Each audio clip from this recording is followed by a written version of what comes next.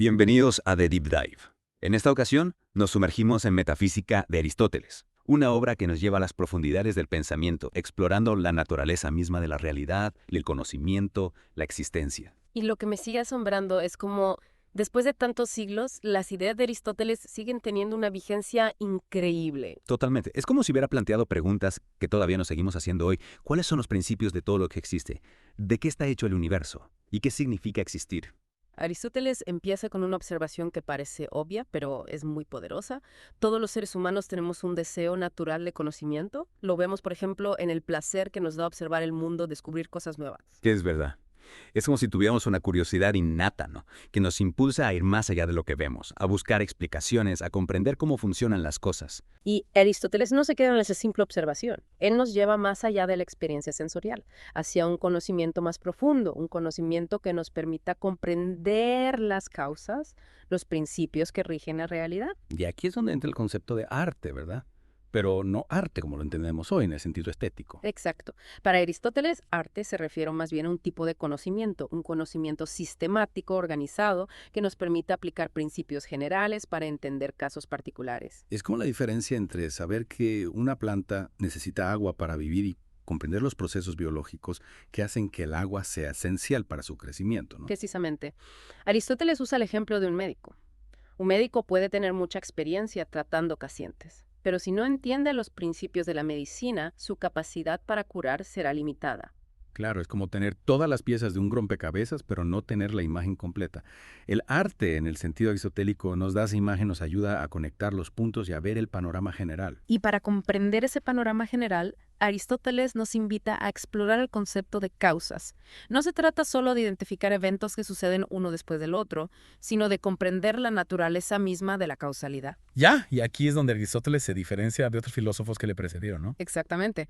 Muchos filósofos anteriores se centraron en lo que Aristóteles llama la causa material, es decir, de qué está hecha una cosa. Pero Aristóteles argumenta que esa es solo una parte de la historia. Pienso, por ejemplo, en los primeros filósofos griegos, tales de Mileto, que creía que todo estaba hecho de agua, o Anaximandro, que postuló una sustancia primordial llamada apeiron. Y es fascinante cómo buscaban un principio unificador en la naturaleza. Sin duda. Y Aristóteles reconoce el valor de esas ideas, pero las encuentra incompletas. Para él, comprender algo implica identificar no solo su causa material, sino también su causa formal, su causa eficiente y su causa final. Las famosas 4 causas de Aristóteles. Puede parecer un concepto un poco abstracto, pero en realidad es bastante intuitivo. Totalmente. Pensemos en algo sencillo, como una casa. La causa material serían los ladrillos, la madera, el cemento. La causa formal sería el plano, el diseño que define la estructura de la casa. La causa eficiente sería el constructor, el que pone en práctica ese diseño. Y la causa final sería el propósito para el que se construyó la casa, por ejemplo, para ser habitada por una familia. Me encanta ese ejemplo, lo hace todo mucho más claro. Es como si las 4 causas nos dieran una visión completa de la existencia de esa casa, desde los materiales que la componen hasta el propósito que la anima. Exactamente. Y lo interesante es que este esquema se puede aplicar a cualquier cosa, desde un objeto simple como una silla hasta fenómenos complejos como el movimiento de los planetas o el comportamiento humano. Claro, es una herramienta conceptual muy poderosa. Nos permite analizar la realidad desde múltiples perspectivas, ir más allá de las apariencias y comprender la complejidad de las cosas. Y hablando de complejidad, Aristóteles introduce 2 conceptos que son claves en su metafísica: sustancia y esencia. La sustancia, para Aristóteles, es lo que existe por sí mismo, lo que no depende de otra cosa para ser. Es decir, lo que subyace a todas las propiedades y accidentes de una cosa. Exacto. Y la esencia es aquello que define una sustancia como lo que es, la diferencia de otras sustancias. Si pensamos en un árbol, por ejemplo, su esencia es ser árbol, independientemente de su tamaño, su forma o el color de sus hojas. Justamente, ser alto abajo, tener hojas verdes o rojas son solo accidentes, propiedades que pueden cambiar sin que el árbol deje de ser un árbol. Entiendo. La esencia es como el núcleo de la identidad de una cosa, lo que la hace ser lo que es. Y esto nos lleva a otra pregunta fundamental que Aristóteles aborda en Metafísica: el cambio y el movimiento. Aristóteles se pregunta cómo es posible que las cosas cambien sin dejar de ser lo que son. ¿Cómo se reconcilia la permanencia de la esencia con la fluidez del cambio? Una pregunta que ha intrigado a los filósofos durante siglos, y Aristóteles propone una solución muy ingeniosa: la teoría de la potencialidad y la actualidad. La potencialidad es la capacidad de algo para llegar a ser algo diferente. La actualidad es la realización de esa potencialidad. Por ejemplo, una semilla tiene la potencialidad de convertirse en un árbol.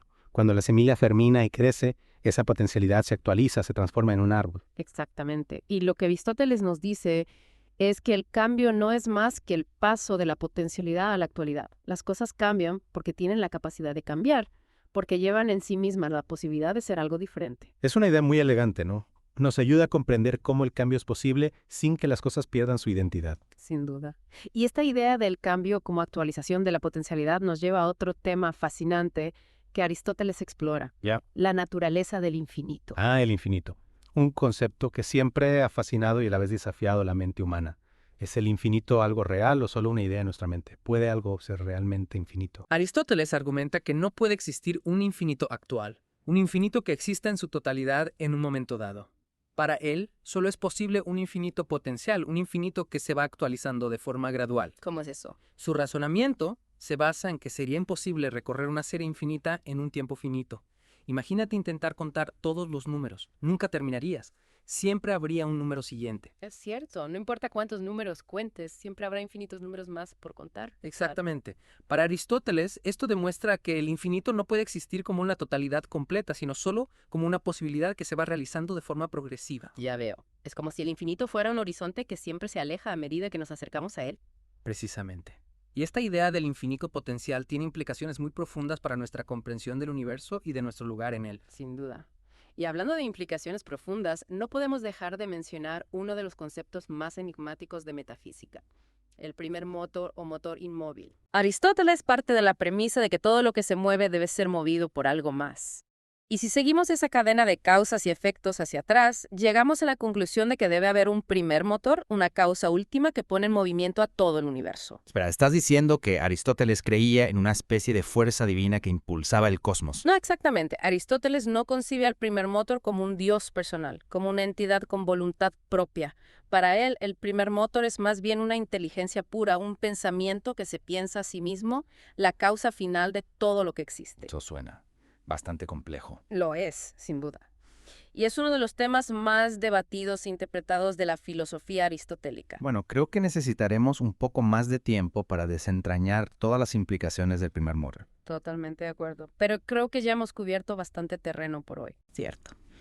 Hemos explorado las 4 causas, los conceptos de sustancia y esencia, la teoría de la potencialidad y la actualidad, la naturaleza del infinito, y hemos empezado a asomarnos al misterio del primer motor. Y todo esto en la primera parte de nuestra inmersión en metafísica. Ha sido un viaje fascinante, sin duda, y apenas hemos arañado la superficie de esta obra monumental. Para profundizar en metafísica, les invitamos a la segunda parte de nuestra inmersión, donde seguiremos desentrañando las ideas de Aristóteles. Y no olviden que pueden adquirir este libro a través del enlace que encontrarán en la descripción.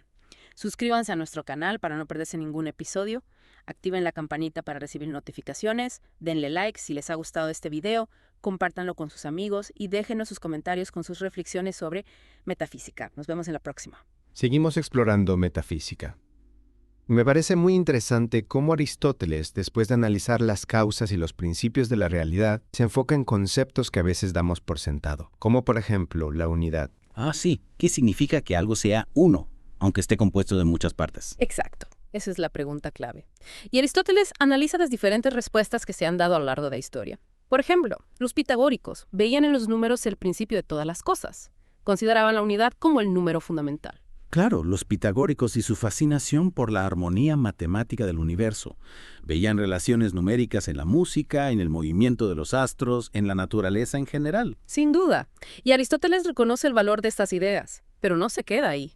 Él busca una explicación que vaya más allá de lo puramente matemático, una explicación que se ajuste a la experiencia, a la realidad que percibimos. ¿Y a qué conclusión llega? Aristóteles nos dice que la unidad no es un concepto único, absoluto. Se manifiesta de diferentes maneras dependiendo del contexto. Habla de la unidad numérica, la unidad de género, la unidad de especie, la unidad por analogía. A ver. ¿Podrías darme un ejemplo para entenderlo mejor? Claro que sí. Pensemos en un grupo de árboles. Todos son uno en el sentido de que pertenecen a la misma especie, comparten una esencia común. Pero a la vez, cada árbol individual también es uno, en el sentido de que es una sustancia independiente con su propia forma y materia. Entiendo. Es como si la unidad se manifestara en diferentes niveles de la realidad. Exactamente. Por eso Aristóteles insiste en la importancia de la precisión en el lenguaje. Cuando hablamos de unidad, tenemos que especificar a qué tipo de unidad nos referimos para evitar confusiones. Eso me recuerda a la importancia que le daba a la lógica, a la definición de los términos. Para Aristóteles, la claridad del lenguaje era fundamental para pensar con claridad. Totalmente de acuerdo. Y esa precisión en el lenguaje es crucial para entender otros conceptos que Aristóteles analiza en metafísica. Por ejemplo, la identidad. Ah, la identidad. Otro concepto que parece simple pero que tiene mucha profundidad filosófica. ¿Qué significa que algo sea idéntico a sí mismo? Buena pregunta. Aristóteles distingue entre diferentes tipos de identidad. Habla de la identidad numérica, que se refiere a la individualidad de una cosa, a su carácter único, irrepetible. Por ejemplo, mi perro Toby es numéricamente idéntico a sí mismo. No hay otro perro en el mundo que sea Toby. Exactamente. Y también habla de la identidad específica, que se refiere a la pertenencia de una cosa, a una especie, a un género. O sea que Toby es específicamente idéntico a otros perros, comparte con ellos la esencia de perro. Justamente. Y Aristóteles explora las consecuencias de estos tipos de identidad para comprender el cambio y la permanencia. Claro, porque si algo cambia, sigue siendo idéntico a lo que era antes. Esa es la cuestión. Y Aristóteles nos muestra que la respuesta depende del tipo de identidad que estemos considerando. Algo puede cambiar en sus accidentes y seguir siendo numéricamente idéntico a sí mismo, como un árbol que pierde sus hojas en otoño. Pero si algo cambia en su esencia, deja de ser específicamente idéntico a lo que era antes, como una semilla que se convierte en un árbol. Es impresionante cómo Aristóteles analiza estos conceptos con tanta precisión. Es como si estuviera diseccionando la realidad, mostrándonos las diferentes capas de significado que hay debajo de lo que vemos. Totalmente de acuerdo. Y esa capacidad de análisis, de ir al fondo de las cosas, es uno de los grandes legados de Aristóteles a la filosofía. Y no se queda solo en los conceptos abstractos. En metafísica también dedica una parte importante a la naturaleza de las diferentes ciencias. Sí, Aristóteles distingue entre ciencias teóricas, ciencias prácticas y ciencias productivas. ¿Puedes explicarnos esa distinción? Por supuesto. Las ciencias teóricas, como la física, las matemáticas o la metafísica misma, buscan el conocimiento por el conocimiento mismo, sin un fin práctico inmediato. O sea que su objetivo es comprender la realidad tal como es, independientemente de sus aplicaciones. Exactamente. En cambio, las ciencias prácticas buscan el conocimiento para guiar la acción humana. Ejemplos serían la ética, la política, la economía. Su objetivo es saber cómo debemos actuar, cómo vivir una buena vida, cómo organizar una sociedad justa. Correcto. Y las ciencias productivas como la medicina, la arquitectura, la agricultura, buscan el conocimiento para crear algo, para transformar algo. O sea, su objetivo es producir un resultado concreto, un objeto, un estado de cosas. Exactamente. Y Aristóteles nos muestra que cada tipo de ciencia tiene sus propios métodos, sus propios criterios de verdad. Es como si estuviera dibujando un mapa del conocimiento humano, mostrándonos los diferentes caminos para comprender la realidad. Sin duda. Y esa visión amplia y sistemática del conocimiento es otro de los grandes aportes de Aristóteles. Y no olvidemos que Aristóteles no solo fue un gran filósofo, sino también un científico, un biólogo, un apasionado por la naturaleza. Es cierto. Y esa pasión por observar y comprender el mundo natural se refleja en su obra, en su atención al detalle, en su búsqueda incansable de las causas y los principios de la realidad. Creo que ya hemos cubierto bastante en esta segunda parte de metafísica. Hemos explorado la unidad, la identidad, los tipos de ciencia. Sí, hemos recorrido un buen trecho y aún nos quedan algunos temas para explorar en la tercera y última parte de nuestra inmersión. Y llegamos a la última parte de nuestra inmersión en metafísica.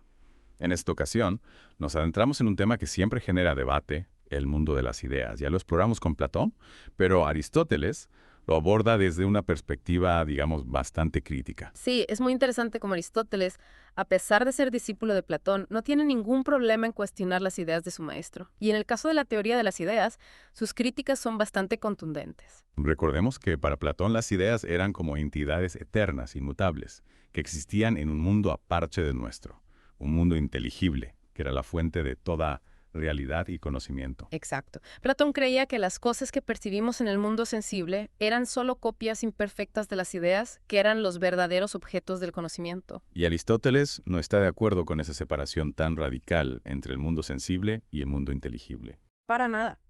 Aristóteles argumenta que no hay razón para postular un mundo aparte de ideas. Para él, las formas o esencias de las cosas no existen separadas de las cosas mismas. Es como si dijeras, la realidad es una sola, no hay dos mundos, sino uno en el que las cosas existen con sus propias formas, sus propias esencias. Exactamente. Para Aristóteles, la forma no está separada de la materia, sino que es un principio intrínseco a la materia que la organiza y le da su ser específico. Entonces, ¿cómo explica Aristóteles la existencia de conceptos universales como belleza, justicia, humanidad? Diría que esos conceptos no son entidades separadas que existen en un mundo inteligible, sino que son abstracciones mentales que nosotros hacemos a partir de nuestra experiencia del mundo sensible. O sea, vemos muchos seres humanos individuales y a partir de esa experiencia formamos el concepto general de humanidad. Exacto. Para Aristóteles, los conceptos universales no existen independientemente de las cosas particulares, son producto de nuestra capacidad de abstracción. Me parece una postura mucho más pragmática que la de Platón. Aristóteles parece más apegado a la experiencia, a lo que podemos observar y conocer a través de los sentidos. Sin duda. Y esa diferencia de enfoque se ve en cómo trata otros temas en metafísica. Por ejemplo, al hablar de la unidad, Aristóteles no la busca en un principio trascendente como hacían los pitagóricos, sino que la encuentra en la sustancia misma de las cosas. Hablamos de eso en la segunda parte, ¿no? Aristóteles distingue diferentes tipos de unidad: la numérica, la específica, la genérica. Y nos muestra que la unidad no es un concepto absoluto, sino que se manifiesta de diferentes maneras. Exactamente. Esa atención a la diversidad y la complejidad del mundo real es una constante en la obra de Aristóteles. Y no olvidemos que Aristóteles fue un gran observador de la naturaleza. Su trabajo en biología, en zoología, muestra su interés por comprender el mundo natural en toda su riqueza y variedad. Cierto.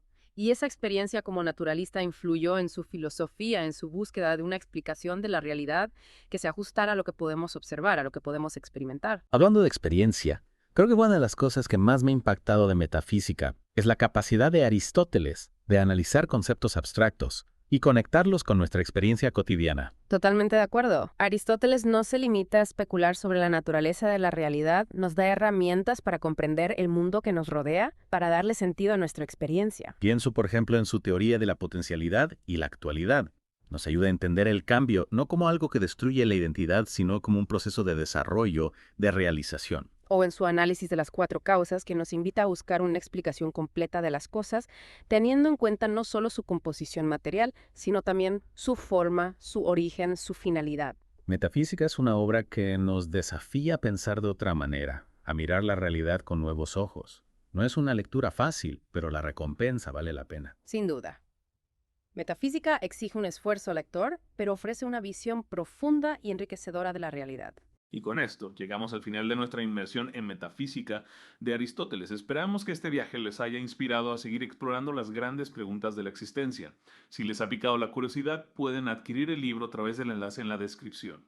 Y no olviden suscribirse a nuestro canal para más inmersiones en el mundo de las ideas. Activen la campanita para no perderse ningún episodio. Denle like si les ha gustado, compartan con sus amigos y déjenos sus comentarios con sus reflexiones. Hasta la próxima.